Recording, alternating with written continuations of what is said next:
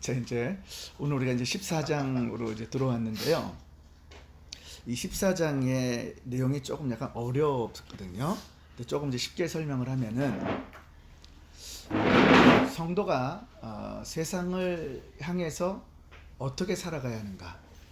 즉 다시 바꿔 얘기하면 교회는 세상을 향해서 어떤 모습이 돼야 되며 예수 그리스도로 은혜 받고 구원받은 우리 십자가를 쥐고 그 보혈로 은혜 받고 언약 관계가 되어서 피의 관계 가운데 절대 끊을 수 없는 예수님과의 우리 관계 속에 어떻게 신앙생활을 하는 것이 이제 바람직한 것인가를 이제 보여줘요. 이제 그러면서 아브라함의 이야기를 계속 펼치는데 아브라함의 이야기 중에 세 가지를 기억하라 그랬죠. 땅, 자식, 믿음. 믿음의 여정에 관한 이야기 중에 이제 오늘 세 번째 시험의 이야기가 기록이 되어 있어요. 처음에 이제 기근으로 인한 물질의 시험, 그리고 이제 물질의 풍요로움 속에서 롯과의 이제 물질의 시험. 오늘도 전쟁을 통해서 얻은 물질을 가지고 하나님께 받는 이제 시험의 이야기가 되어 있어요. 잠깐 설명을 하면은 크게 네 부분으로 나눠져 있는데 첫 부분은 굉장히 복잡합니다. 이게 막 뭐 무슨 왕 어느 나라 무슨 족속 막 하면서 막 쫙 이름이 나와 있어요. 이제 되게 쉽게 설명하면 메소포타미아의 엘람 그돌라오메를 통한 이제 4개국의 동맹국의 이야기를 하고 이제 가나안 땅의 5개국의 이제 또 동맹국의 이야기가 나오는데 서로 이제 싸우는 거예요. 근데 그 이유에 대해서는 좀 더 설명을 하고 이제 그런 전쟁 속에 이제 롯이 잡혀간 거야. 롯이 잡혀가니까 아브라함이 그 소식을 듣고 롯을 잡으러 가는 거예요. 근데 굉장히 재밌는 것이 오늘 본문에 말도 안 되는 본문이 어떻게 보면 근데 이제 잡으러 가가지고 잡으러 그 전쟁을 해서 구출하러 가가지고 롯을 구출하는 거예요. 오면서 멜기세덱을 만나. 그래서 그에게 떡과 포도주를 얻어먹고 기력을 회복한 후에 축복을 받아요. 그런 다음에 소돔 왕에게 이제 그 취한 물품 중에 소돔 왕이 얘기를 하는 거예요. 나한테는 사람을 주고도 재산 가져가라. 그랬더니 필요 없다. 천주의 만유 대신 하나님의 이름을 내가 더럽힐 수 없고 내가 시로르게 안에 건널 필요 없다. 그러면서 딱 포기를 하는 모습을 보여줘요. 이러고 나서 이제 15장에 이제 쪼갠 고기 사이로 이제 언약을 또 이제 맺는 모습을 이제 우리에게 보여주는 거예요. 그러니까 대충 이제 이게 머릿속에 감을 잡고 조금 복잡하지만은 1절부터 12절까지 그냥 한번 읽고 천천히 자세히 설명해 볼게요. 천천히 읽겠습니다. 당시에 시날 왕 아무라벨과 엘라살 왕 아리옥과 엘람 왕 그돌라오멜과 고딤 왕 디달이 소돔 왕 베라와 고모라 왕 비드사와 아드마 왕 시납과 스고임 왕 세베가 벨라 곧 소알과 싸우니라. 이들이 다 시딤 골짜기 곧 지금 여매에 모였더라. 이들이 12년간 그돌라오멜을 섬기다가 제13년에 배반한지라. 제14년에 구돌라오멜과 그와 동맹한 왕들이 나와서 아스드롯 가르나임에서 르바 족속을, 함에서 수수 족속을, 사회 가랴다임에서 엠 족속을 치고 우리 족속을 그 산 세일에서 쳐서 광야 동양 에바라까지 이르렀으며 그들이 돌이켜 엠미스밭 곧 가데스에 이르러 아멜렉 족속의 온 땅과 하사손 다말에 사는 아모리 족속을 친지라. 소돔 왕과 고모라 왕과 아드마 왕과 스고임 왕과 벨라하고 소알 왕이 나와서 시딤 골짜기에서 그들과 작전하였으니 곧 그 다섯 왕이 엘람 왕 그돌라오멜과 고임 왕 디달과 시날 왕 아무라벨과 엘라사 왕 아리옥 네 왕과 교전하였더라. 시딤 골짜기에는 역청 무더기가 많은지라. 소돔 왕과 고모라 왕이 달아날 때에 군사가 거기 빠지고 그 나머지는 산으로 도망하매 네 왕이 소돔과 고모라의 모든 재물과 양식을 빼앗아가고 소돔에 거하는 아브람의 조카 롯도 사로잡고 그 재물까지 노략하여 가더라. 16절까지 읽겠어요. 도망한 자오가 와서 히브리 사람 아브라함에게 고하니 때에 아브라함이 아모리 족속 마므레의 상수리 숲을 근처에 거하였더라. 마므레는 에스골의 형제요 또 아넬의 형제라. 이들은 아브람과 동맹한 자더라. 아브라함이 그 조카의 사로잡혔음을 듣고 집에 가서 기르고 연습한 자 318인을 거두고 당까지 쫓아가서 그 가신을 나누어 밤을 타서 그들을 쳐서 파하고 다메섹 좌편 호박까지 쫓아가서 모든 빼앗겼던 재물과 자기 조카 롯과 그 재물과 또 부녀와 인민을 다 찾아왔더라. 먼저 아브라함이 롯이 이뻤을까 미웠을까? 이뻤죠. 뭐 그렇게 이쁘지는 않았겠죠. 왜냐면 자신을 위해서 쫓아와 가지고 사실 싸우고 재산 달라 그러고 좋은 곳 찾아가고 자기를 떠났는데 이쁠 리는 없겠죠. 예, 그래서 그럼에도 불구하고 마음에 좀 불편함은 있었겠지만은 잡혀갔다는 소식을 듣고 이제 롯을 구출하러 간단 말이에요. 먼저 이 이야기는 복잡한데 일단은 이제 배경을 설명을 들으면 조금 이해가 돼요. 이제 배경의 원인이 뭐냐면 14년 전으로 이 전쟁이 있을 14년 전으로 이제 거슬러 올라가는 거예요. 이 14년 전에 보면은 전쟁이 일어나는데 1절에는 메소포타미아의 이 네 개 왕국이 서로 동맹을 맺고 또 연합군을 만들어서 동족 원정대를 만드는 것을 보게 돼요. 전쟁을 이제 하려고. 그리고 2절에서는 이제 가나안의 5족속이 이 전쟁에 침범하고 있는 그들과 싸우기 위해서 이제 이것을 이제 대적을 하려고 준비하고 있는 이제 이런 과정이에요. 근데 14년 전에 엘람왕 그돌라오멜이 원정을 해가지고 서방하고 사해를 다 점령을 한 거야. 점령을 하니까 속국이 되니까 너희들 앞으로 나한테 조공 바쳐. 조공을 이제 바치게 해가지고 군림하고 딱 살고 있었단 말이에요. 12년까지 조공을 잘 바쳤어. 근데 13년째 기근이 온 거예요. 그러니까 경제적으로 어려워지니까 이 조공을 바치기가 부담스럽잖아. 근데 거기에 더 압박을 해가지고 조공을 하라 그러니까 할 것도 없고 이제 화도 나니까 반기를 든 거예요. 그래서 반기를 들면서 14년째 됐을 때 조공을 받지 않은 거야. 이제 화가 이제 난 거죠. 나가지고 이제 메소포타미아에 있는 지금 그 위치가 지금의 이란 정도 되는 거예요. 거기서 이제 지금 쉽게 말하면 이제 아수르 뭐 다 이란 이야기야. 이제 이쪽에서 원정을 만들어 가지고 동방 원정대를 만들어서 이 조공을 안 바치고 반역을 하니까 다 쳐 부셔야 되겠다 하고 이제 전쟁하러 이제 오는 거죠.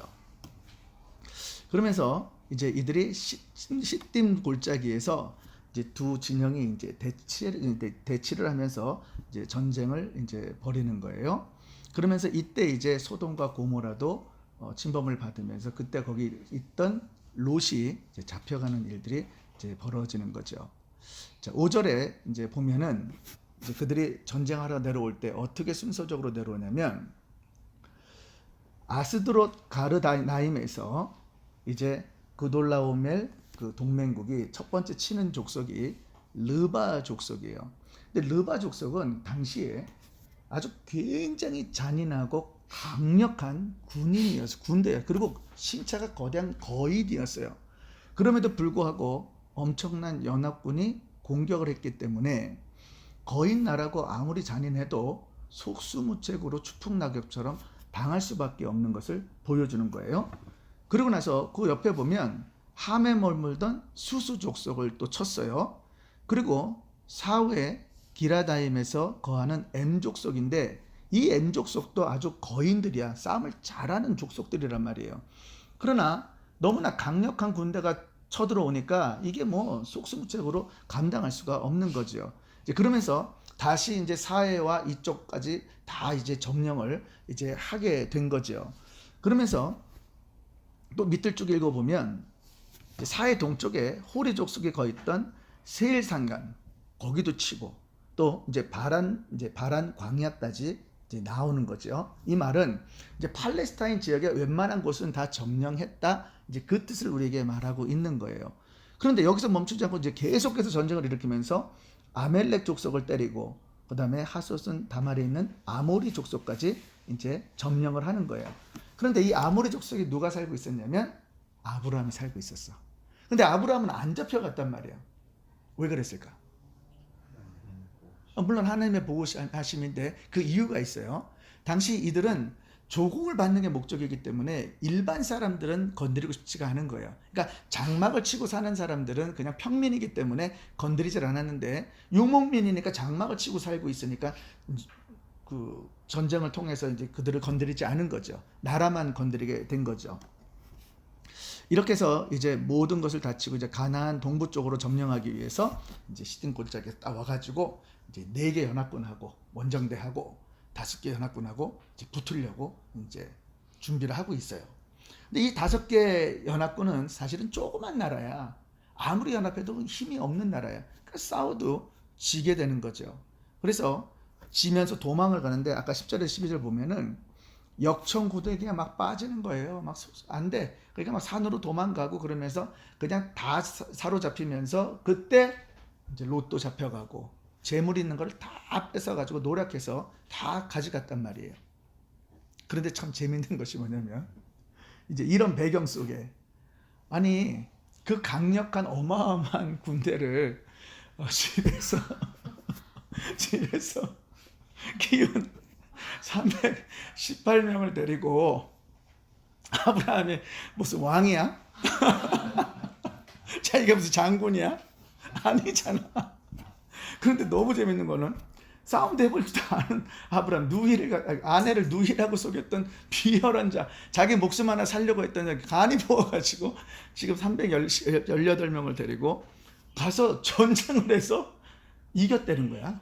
대승을 거뒀다는 거예요. 이게 오늘 본문의 이제 맥락 속에 이제 있는 거죠. 여러분 어떻게 생각하세요? 용병 사병이에요, 사병? 예, 그러니까 이제 그 배경을 얘기하면 사실 이제 318명이 어디서 왔는가? 어디서 왔겠어? 그 지역 아니죠. 왔죠, 아브라함. 예, 그렇죠. 네. 어디서? 노예였어. 그 어디? 애굽. 네. 바로로부터. 바로가 이제 아내 하나 못 지키는 바보 같은 아브라함을 보고 어떻게 했겠어요? 물건하고 음금 다 주면서 어떻게 했겠냐고. 안 되겠다. 너 아내 잘 지켜야 되겠다. 내가 하나님한테 혼났으니까 그랬을 거 아니에요. 우리가 그 유추할 수 있잖아. 그러니까 이제 아브라함에게 잘 훈련된 이제 군사 같은 사람들을 보내줬을 거예요. 그러면서 아브라함을 보호했을 것이고 그를 인도했던 것을 우리가 이제 보게 되는 거죠. 먼저 결론을 얘기를 할게요. 이 이야기는 뭐냐면 영적 싸움을 보여주는 거예요. 영적 싸움. 이 세계가 지금 우리가 영적 싸움을 하고 있어요. 막 수없이 싸우고 있는 거야. 그래서 우리가 에베소서 6장 12절에 보면 우리의 씨름은 혈과 육이 아니고 뭐라 그래요? 정사와 권세와 이 어둠의 세상 주관자들과 하늘에 있는 악한 영들이라고 말하고 있죠. 롯이 잡혀간 것은 믿는 성도가 악한 사단에게 잡혀갔다라는 의미를 갖추고 있는 거예요. 롯이 아브라함을 떠났지만은 아브라함이 축복받을 때 롯이 함께 있었어. 아브라함이 후대의 자손을 은혜를 축복을 받지만 롯도 함께 있었기 때문에 하나님께서는 아브라함과 함께 있는 모든 자를 축복하는 자를 축복하겠다라고 약속했단 말이에요. 그렇기 때문에 롯도 믿는 성도 중에 하나라고 우리가 생각을 한단 말이에요. 그런데 그런 믿는 성도가 세상 사탄 마귀에 잡혀가지고 간 것을 영적으로 우리에게 빗대어 보여준단 말이에요. 그러면서 이 아브라함이 예수님이라는 것을 우리에게 모형으로 보여주는 거야. 예수님이 앞서 딱 나갈 때 예수 그리스도를 믿고 주에게 훈련을 받은 주의 군사들, 거룩한 군사들 318명만 있어도 이 세상 전체를 다 영적으로 우리가 다 멸하고 승리할 수 있다라는 거예요. 하나님이 기드온 용사 가운데 다 추리고 몇 명 구했어요? 300명. 그리고 나중에 어떤 사람들을 구했어요? 혀로 개처럼 물을 핥아 먹는 사람들을 선택했단 말이죠. 우리는 거기서 무슨 것을 보나요? 하나님은 숫자, 환경 중요하지 않아요. 전쟁에는 하나님이 속해 있고 그 사람들이 순종하는 여부만 본 것이지 300 숫자가 중요한 게 아니라 이 전쟁은 하나님께 속해 있다라는 거예요. 오늘 영적으로 아브라함은 요 전에 아브라함을 어디로 데리고 갔어? 바로 요 직전에. 그러니까 아브라함이 지금 어떻게 롯을 구하러 가니 간땡이가 왜 부었냔 말이에요. 이게 싸움도 할 줄 모르는 아브라함이 어떻게 간이 부을 수 있어? 언약. 예. 하나님이 야 아브라함 너 동서남 다 봐. 종행 다 거. 다 줄게. 내가 무별보다도 막 꿈을 심어줬단 말이에요. 하나님이 내가 실수할 때마다 그걸 이길 때마다 주님께서 하는 손길을 막 경험하게 되는 거예요. 그걸 경험하면서 막 은혜가 충만해지는데 그렇게 불덩어릴 때 딱 잡혔다는 거야. 오 그래? 318년 가자. 가가지고 그 말도 안 되는 그 어마어마한 그 원정대 연합군을 다 때려 부셨다는 거예요. 그리고 롯도 찾아오고 가족들도 찾아오고 모든 물질 이런 것들을 다 가지고 왔다라는 거예요. 잘 들어보세요. 여러분들이 나를 보면 우린 전쟁 못합니다. 그런데 하나님이 우리하고 예수 그리스도로 피의 언약을 맺었죠. 피값 주고 산 거야. 피값. 피의 언약은 끊을래야 끊을 수도 없는 거고 사라지는 것도 아니에요. 그렇기 때문에 십자가는 이미 예수 그리스도가 이 땅에서 구주로 영접한 사람에게는 사탄 마귀를 면하고 귀신을 쫓겨나고 없는 것을 잊게 하고 우리가 회복할 수 있는 모든 능력을 이미 우리에게 주셨단 말이죠. 그런 나를 보고 환경을 보니까 우리가 넘어지는 거예요. 우리가 만약에 아브라함 같은 믿음과 성령 충만한 가운데 비전이 있다면 우리는 이 세상 가운데 사탄의 소나기에 묶여가지고 핍박받고 순교당하고 어려운 가운데 속고 있는 저들을 향해서 복음 전하러 안 갈 리가 없단 말이죠. 그러니까 오늘 본문은 우리에게 이런 전쟁, 세상적인 전쟁 속에서 세상 것들을 추구하고 있는 이 악한 영적인 세계를 보여주면서 아브라함이 예수 그리스도의 모형의 예표로 그가 예수 그리스도의 십자가 붙들고 예수님 가지고 전쟁하러 나갔을 때에 하나님께서 주관을 하시니까 그와 함께 연합된 318명과 함께 복음을 전해서 그것을 영적으로 승리했다라고 말하고 있는 거예요. 여러분들이 이 부분을 잘 깨달아야 합니다. 우리는 우리 실력으로 신앙생활하는 것이 아니에요.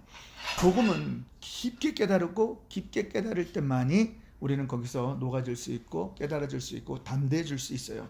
그러니까 영적인 모든 부분을 승리하면 이 땅의 모든 물질들은 그대로 따라오게 되죠. 근데 지금 이제 아브라함이 전쟁을 통해서 뭐를 받았어요? 다 찾아오고 노력했던 거 어마어마하게 가져왔죠. 가져올 때 두 왕이 찾아 나옵니다. 한 왕은 누구야? 멜기세덱. 또 한 왕은 소돔 왕. 멜기세덱은 이제 만나가지고 뭐라 그러냐면 떡과 포도주를 가져와서 시장길을 면하게 한 후에 그를 축복합니다. 그러고 나서 하나님께 영광을 올려드렸더니 아브라함이 자기가 가진 것 취한 것을 10의 1, 11조를 하나님께 올려드리는 것을 보게 되죠. 우리는 이제 결론부터 그냥 쉽게 이해를 시켜야 되니까 우리는 11조를 드리는 이유는 나는 예수께 속했다라는 신앙 고백입니다. 십자가, 나를 위해 돌아가신 그 사건을 알고 나는 예수 그리스도께 속한 사람이다라는 것을 고백하는 고백이에요. 그리고 예수는 교회의 머리가 되시기 때문에 교회라고 했죠. 왜 우리가 교회에다가 11조를 하는가? 그 이유가 있어요. 예수 그리스도가 교회이기 때문에 우리 교회에서 뭘 행합니까? 성찬식을 행하죠. 떡과 포도주를 가져온 것은 지금 성찬식을 예표하고 우리에게 보여주는 거거든. 그 성찬식의 고백은 기억하는 거예요. 주님이 2000년 전에 이 땅에 오신 예수님이 나를 위해 돌아가셨다. 우리는 은혜를 지속할 수 있는 것은 그 고백 가운데 예수 그리스도의 십자가를 가슴판에 새길 때 그때 우리는 이 고백을 하고 그 고백과 동시에 우리가 할 것은 아브라함이 한 것처럼 11조를 하나님께 온전히 올려드려야 되는 것을 말하는 거예요. 감사함의 11조도 있고 여러 가지가 있지만 우리가 의료단체나 선교단체 헌금을 11조에 거기다 하는 게 아닙니다. 11조는 반드시 내가 성찬을 하고 있는 그 장소, 내가 지금 성찬을 어디서 하느냐? 하나님의 은혜교회다? 그러면 하나님의 은혜교회에다가 11조를 하는 거예요. 예전에 보면 저에게 제가 개척했을 때 인간적인 생각이 좀 들어서 좀 부자인 분을 꼬셔가지고 이제 개척하려고 그랬어요. 솔직하게. 예, 정말 기도하면서 응답이라고 막 그러고 꼬시고 막 다 했지. 근데 그분 진짜 잘 나가는 분이어서 거의 넘어왔는데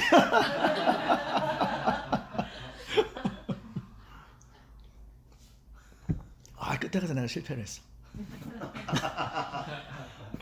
근데 그분이 이제 미안하니까 저한테 이런 말을 했어요. 목사님, 죄송한데 제가 현재 섬기는, 근데 그 교회를 제가 인도했거든. 그런데 어쨌든 영적인 코드도 잘 맞는 것 같고 참 좋으신 분들이어서 가정을 꼭 인도하고 싶었죠. 개척 멤버로 삼고 싶었죠. 그렇게 시작하려고 했던 그런 과정 가운데 미안하니까 저에게 이렇게 말을 했어. 목사님, 죄송한데 제가 교회는 못 떠나겠고요. 이제 개척 교회니까 11조만큼은 이제 하겠다 그런 거야. 그때 제가 어떻게 했을까? 속으로 왔다, 올 거야, 왔다, 감사하다 이렇게 했을까? 그러지 않고 제가 바로 노했어. 딱 거절했어요. 집사님, 나는 물질 때문에 집사님한테 얘기하신 것이 아니고 제 마음속에는 감동이 있는데 11조는 본 교회에 하는 것입니다. 그리고 그날 내가 이제 설명을 드렸죠. 우리가 예수를 구주로 고백하고 내 신앙 고백이 있고 성찬을 하는 그곳이 바로 주님의 관계 속에 있는 곳이기 때문에 우리는 11조를 다른 교회에다 하는 것도 아니고 우리 멋부리는 게 아니다라고 내가 얘기를 했어요. 중요한 것이 뭐냐면 주의 피로 구원받은 우리가 지난주도 계속 설명한 것이 먼저 그의 나라를 의를 구할 때에 주님께서 입고 먹고 마시는 일들을 다 허락을 해주신단 말이에요. 그것을 우리가 영적 전쟁을 치르고 이 세상 가운데 어떤 일을 막 감당하고 추구하고 나갈 때 반드시 하나님의 자녀들은 물질에 먹고 마실 수 있는 부분들을 채워주시다는 약속입니다. 그렇기 때문에 오늘 이제 조금 이따 설명하겠지만 이 멜기세덱의 축복을 통해서 아브라함이 그 축복을 받고 11조를 딱 구별해서 드릴 수 있는 그 신앙은 바로 예수 그리스도의 십자가의 믿음이 아브라함에게 있었던 것이고 모든 이 물질이 천재의 주제이신 바로 높으신 하나님부터 왔기 때문에 그 축복을 받아 누리는 것이 얼마나 큰 축복인 걸 알아서 그 축복을 받아 놓고 더 큰 축복을 받아 누리는 아브라함의 신앙을 여기서 보여주고 있는 것을 우리가 보게 되는 거죠.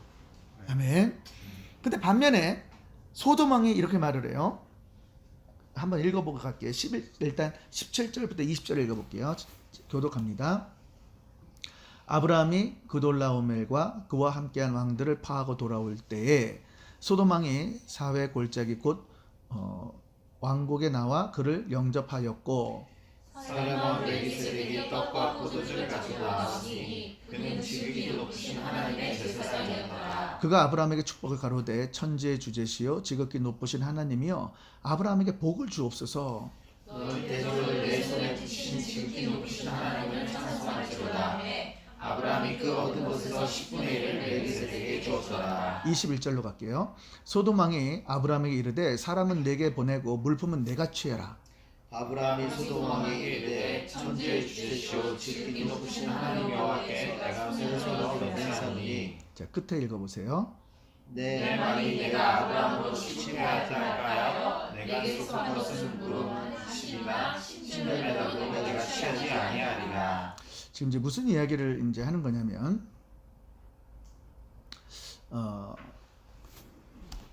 하나님의 전쟁을 통해서 영적 전쟁, 그러니까 전쟁을 통해서 아브라함이 많은 물질의 축복을 가지고 이제 노력된 것을 다 취해서 가지고 왔단 말이에요. 그러니까 어마어마한 것을 가지고 왔어요. 두 왕이 동시에 나온 거예요. 지금 멜기세덱하고 소돔 왕이 같이 나왔단 말이에요. 나와서 이제 먼저 멜기세덱이 했던 것을 보여주고 이제 소돔 왕이 했던 걸 보여준단 말이에요. 이 소돔 왕이 했을 때 아브라함이 둘 중에 하나를 택할 수도 있었어. 예를 들면 일단 멜기세덱의 축복을 받기 전에 11조를 드리지 않고 나머지 물건을 다 취할 수도 있잖아요. 그런데 멜기세덱은 소돔 왕이 말했던 것, 사람은 보내고 재물은 네가 취하라 할 때 다 가져가라. 필요 없다. 너 뭐라 그랬냐면 아까 24절을 잠깐 볼까? 거기에 보면 나의 동항한 내 말이 내가 23절. 23절 내 말이 내가 아브라함에게 치붙게 하였다 할까 하여 내가 속한 것은 물론 한시라도 신들매라도 내가 취하지 아니하리라. 세상 것은 세상 것이기 때문에 세상으로 돌려보내는 거예요. 내가 그걸 취하는 순간 하나님의 영광이 사라져 버리는 거야. 그러니까 이 말은 하나님의 공급하지 않는 하나님의 방법들을 공급하지 않은 것들을 내가 취할 때, 그러니까 아브라함이 물질의 시험을 지금 받고 있는 거야. 왜? 믿음의 아버지, 열국의 아버지가 되기 위해서는 반드시 시험을 통과해야 하고 하나님의 기준에 이를 때에 그와 언약을 맺는 거예요. 그래서 이것을 통과하고 난 후에 이제 내일 다룰 15장에서 하나님께서 쪼갠 고기사리로 이제 또 소위 자기 저주라는 맹세를 거기서 또 취하시는 것을 우리가 보게 되는 거예요. 여러분들이 이제 멜기세덱에 대한 이야기를 좀 들어야 되는데, 멜기세덱의 이야기는 일단 오늘에 나오고 그 다음에 기록되지 않고요. 딱 한 군데 나와. 그게 어디냐면 이제 히브리서에 나옵니다. 7장에. 그래서 히브리서가 재밌는 것은 참 많은 어려운 부분들을 다뤄야 해요.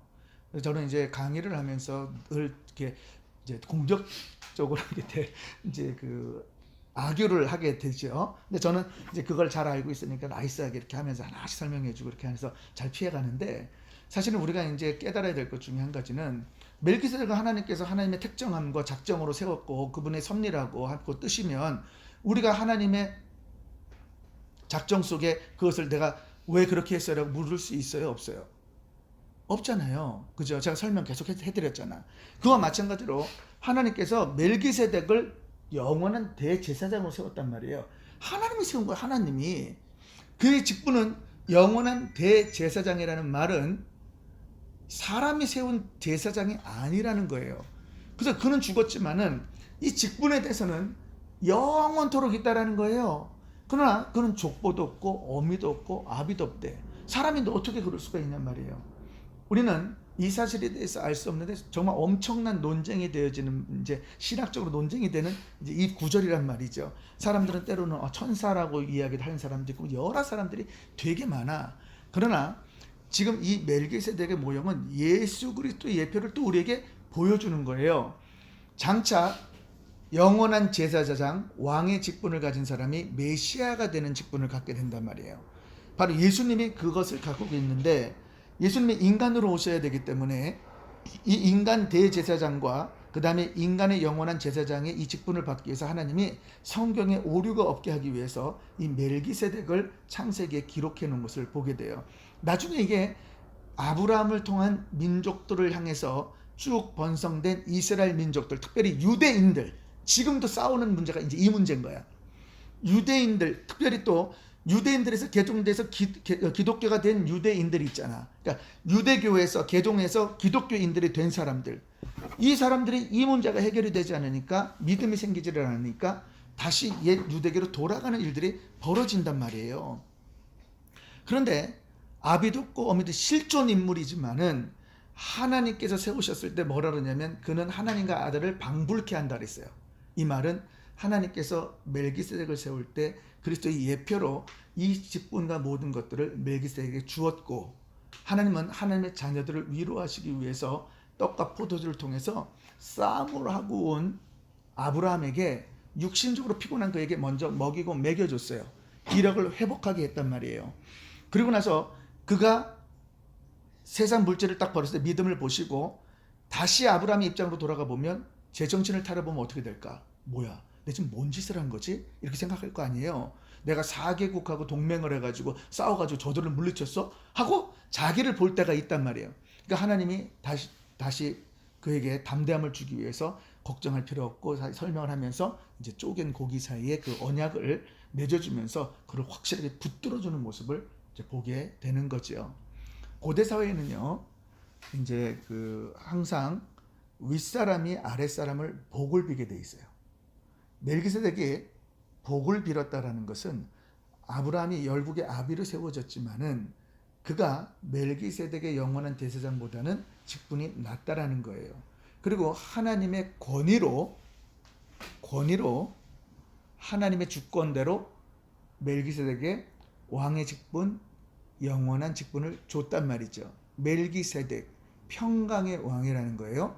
그런데 이 왕 플러스 제사장, 제사는 제사장이 지나는데 멜기세덱을 히브리서에서 의의 왕이라 그러는 거예요. 의의 왕이라는 것은 사랑을 말하는데 자기를 희생하는 왕이라는 거예요. 왕이면서 제사장처럼 자기를 희생할 수 있는 왕이 이 세상에 없는데 하나님께서 멜기세덱을 영원한 대제사장으로 세우시면서 그에게 하나님의 권한을 부어줘서 힘들어하고 괴로워하고 그리고 앞으로 걱정할 수 있는 그에게 멜기세덱의 틀을 통해서 위로를 주신단 말이에요. 우리로 바꿔 얘기하면 좀 어려운 얘기지만 이해를 하려고 노력을 해보세요. 우리가 지치고 힘들 때 어디서 회복을 합니까? 성찬할 때 다시 우리 막 회복하죠. 예수님의 십자가가 깨달아지죠. 싹 잊어버리고 있다가 세상 방황하다가 예수님의 십자가 다시 살을 먹고 피를 마실 때 우리 트레스에서 이런 데 가가지고 막 하면 뒤집어지는 거 아니에요. 저는요 이제 기도를 막 하다가 몇 년 좀 됐는데 제가 이제 렉터를 꿈에 그리던 렉터를 이제 하게 되는 거예요. 야, 내가 렉터를 하다니. 그리고 이제 렉터 하기 전에 이제 그 어센트 렉터를 하거든. 근데 어센트 렉터를 하다 보면은 이제 그 트레스가 좋은 게 하나가 뭐냐면 큰 은혜를 받는데 이 팀 멤버들이 봉사할 때 한 가지 잊어버리는 게 오직 예수여야 되는데 오직 일을 해. 이게 이제 조금 미묘한 차이인데 일을 하다 보면 예수가 놓쳐지는 거예요. 그냥 싸우는 거야 막. 이제 이런 과정 속에 제가 오랫동안 이제 섬기고 일을 했단 말이에요. 근데 항상 은혜가 있어 너무너무 감사해서 난 뭐 불평불만도 없었고 뭐 일평생 한 번도 빠지지 안 가. 10년 동안 내가 안 갔으니까 뭐 너무너무 사모하고 이렇게 갔었죠. 근데 어센트 렉터를 하니까 캔디데이트하고 동선을 똑같이 오랜만에 움직이는 때가 된 거야. 그러니까 모든 거를 그대로 다 받아들이면서 성찬식에서 떡을 떼고 딱 하고 기도를 하는데 내가 마비가 온 거야. 이게 막 돌아가. 막 이러고 돌아가고 병신이 되는 거야. 창피해 죽겠는데 이게 안 풀리는 거야. 그리고 기도를 하는데요. 얼마나 크게 소리를 지르는지 나 정말 너무 죄송했어요 그때. 막 가는데 뭐 내가 풀려지질 않는 거야. 나중에 보니까 인간들이 날 버리고 갔더라고. 그럼 어떻게 몇 시간을 그러고 있었어요? 아니 버리고 갔어 나를. 내가 얼마나 기가 찬지. 풀려야 갈 거 아니야. 풀려야. 어쨌든 그래가지고 이렇게 했는데 예, 막 이러고 막 별짓을 입도 돌아가고 막 와 지금도 생각하면 어떻게 막 몸이 그렇게 되는지 모르겠어요. 너무 간절히 기도를 해가지고 그렇게 기도하고 났을 때 제가 깨달은 게 뭐냐면 와 정말 그 성찬식에서 주님이 부어주던 은혜를 통해서 다시 한번 이 막 충만함이 일어나면서 회복되어지는 저를 보게 되는 거예요.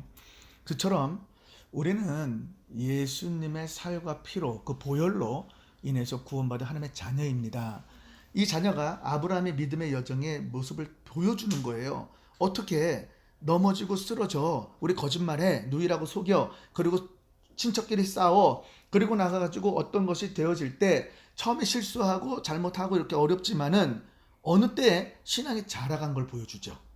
그리고 이제 믿음의 물질에서 통과를 해버려. 그리고 세상과 필요 없어. 내가 한 실로라도 건드려가지고 하나님 명예를 나 그럴 수 없어. 나는 십자가가 분명한 것 때문에 예수님의 살과 피가 무엇을 의미하는지를 잘 알고 있기 때문에 그래서 이것이 신약으로 가서 이 부분이 성찬으로 옮겨지는 거야. 그러면서 우리가 어떻게 피의 구속으로 대속을 받아서 왜 지금 이 성경에서 물질관 11조를 드려야 하고 왜 이것을 우리에게 지금 하고 있는 아브라함의 신앙 속에서 보여주는 거죠. 이 13장은 13장과 14장에 함께 가는 구장이에요. 그래서 이거는 따로 어떤 것을 고별하는 게 아니고 13장과 14장은 함께 가는 구절이야. 장이야. 그렇기 때문에 우리가 그것을 이제 나눠서 설명하는 것 뿐이지만은 전체 큰 맥락에서는 구원의 여정 속에 믿음으로 갈 때 그렇단 말이에요. 그래서 멜기세덱에서는 히브리에서 뭐라고 설명을 하냐면 어른이 되어야 되는데 어린아이가 되어 있다는 거예요. 초보의 신앙을 가졌다라는 거예요. 젖달라는 거예요. 신앙생활이 10년, 20년 됐는데 말씀을 안 읽었다는 거예요. 말씀을 본 적이 없다는, 깨달은 적이 없다는. 그래서 멜기세덱을 이해를 못한다는 거야. 이 이후에 성경을 읽어야지 멜기세덱을 깨달을 수 있다라는 거예요. 그런데 10년, 20년, 30년을 했는데 말씀을 모르는데 멜기세덱이 무슨 멜기세덱이냐고, 그게 어떻게 하나님이 세우신 방불한 영원한 대제사장이냐고 반문을 한다는 거예요.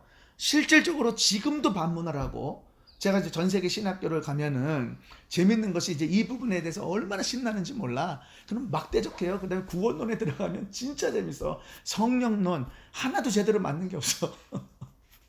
그러니까 저는 이 히브리서에 뭐가 담겨 있냐면, 일단 구원론, 성령론, 거기에 난해한 구절들이 6장에 아주 질비하게 그냥 쫙 늘어져 있어요. 그러면서 이 멜기세덱의 이야기, 그들에게 예수가 왜 큰 대제사장이 되셔서 멜기세덱의 반차, 그 계열을 따르는가, 이 설명을 하기 위한 어려움이 굉장히 많은 거죠. 제가 오늘 여러분들에게 이제 이 부분을 우리가 이제 2기 때 할 때 1월 그 둘째 주 7일부터 시작을 해요. 할 때 그때 제가 이제 율법과 복음하고 히브리서를 동시에 같이 다 하려고 그래. 이제 16개, 그다음에 이제 13장을 가지고 이제 50주 동안 이거를 이제 해주면서 제가 파워포인트를 좀 보여드리면서 이제 이해를 시켜드릴 거예요. 이제 이해를 시키면은 여러분들이 아마 이 한 번을 듣고 진짜 성경이 많이 열리게 될 거야. 그러면은 그 어려웠던 히브리서가 너무 쉬워져. 정말 쉬워. 근데 우리가 이제 그 부분을 풀지를 못해서 그런 것 뿐이에요. 제가 2기 때는 이제 그렇게 해가지고 이 멜기세덱의 설명을 조금 더 분명히 해드리고, 그러면서 신화적인 존재도 아니야, 실존 인물이지만은 하나님의 아들과 방불케 된 영원한 대제사장을 직분을 가지고 있고, 그를 통해서 복을 빌었다는 것은, 11조를 드렸다는 것은 권위, 하나님께 드린 행위를 가지고 있는 거예요. 그러니까 우리가 지금 예수 그리스도의 피값으로 우리가 그 11조를 주님께 올려드리잖아요. 그와 마찬가지로 그런 직분을 가진 멜기세덱의 이야기를 우리에게 보여주고 있는 거죠. 아멘. 자, 오늘 말씀을 조금 이해하기는 어려울 수도 있겠지만은, 그래도 역사적인 배경 속에 롯이 잡혀간 어떤 그런 시대적인 배경이나 영적인 부분들, 그리고 우리가 승리해야 되는 모든 부분들을 조금은 그래도 깨달았을 거라고 기대합니다. 그렇기 때문에 여러분들에게 기도할 때 오늘 어떤 것을 기도하냐면, 하나님, 물질관을 바로 쓸 때에 주시는 은혜대로, 주시는 공급대로 하나님께 감사함으로 하나님께 믿음의 분량대로 드리겠다는 것을 기도하시고, 이제 내가 아브라함의 믿음처럼 나를 통해서 십자가가 분명할 때 하나님께 나를 통해서 318명에 붙여지게 되면 세상 어디를 가서 저 죽어가는 영혼들을 향해 구원 이루기로 작정하고 갈 때에 하나님 신이 싸워주셔서 모든 것을 승리케 할 뿐만 아니라 하나님 우리에게 놀라운 축복으로 갚아준다는 이 믿음의 작품을 만들기를 주의 이름으로 축원합니다. 기도하겠습니다.